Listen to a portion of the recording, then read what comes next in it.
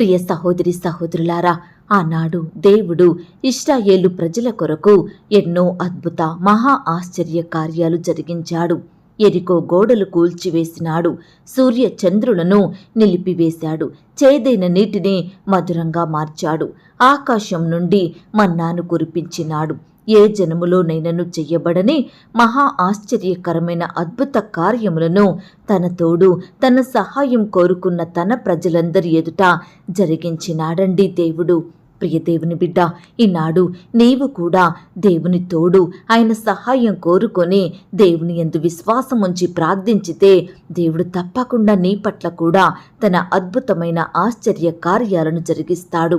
ప్రియ విశ్వాసి, మన దేవుడు కనికరము, దయ, దీర్ఘ శాంతము, విస్తారమైన ప్రేమ, కృపా సత్యములు కలిగిన వాడండి. ఆయన 1000 మందికి కృపచూపువాడు, దోషమును, అపరాధమును, పాపమును క్షమించేవాడు. కాబట్టి ఇంత గొప్ప దేవునిని మన కుటుంబంలోనికి, మన హృదయంలోనికి చేర్చుకుందాము. ఆయన మన మధ్య ఉంటే, మనతో పాటు వస్తే మనకింకా కొదువలు ఉంటాయా? అక్కరలు ఉంటాయా?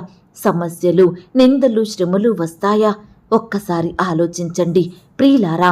కష్టమొచ్చినా, శ్రమొచ్చినా, బాధొచ్చినా ఆ దేవుని మీద విశ్వాసముంచి ప్రార్థించితే వాటన్నిటిని తట్టుకొని జీవించే శక్తిని మనకు అనుగ్రహిస్తాడు.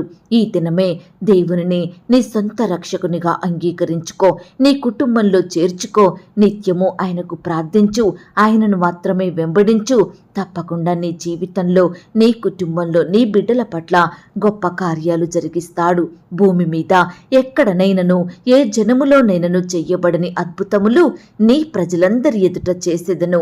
నీవు ఏ ప్రజల నడుమనున్నావో ఆ ప్రజలందరూ యెహోవా కార్యమును చూచెదరు అని దేవుడు నీతో చెబుతున్నాడు.